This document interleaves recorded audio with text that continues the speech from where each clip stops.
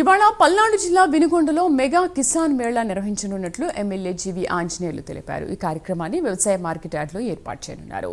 రైతులు ఎదుర్కొంటున్న సమస్యలకు పరిష్కారాలు చూపడమే లక్ష్యమని ఆంజనేయులు తెలిపారు.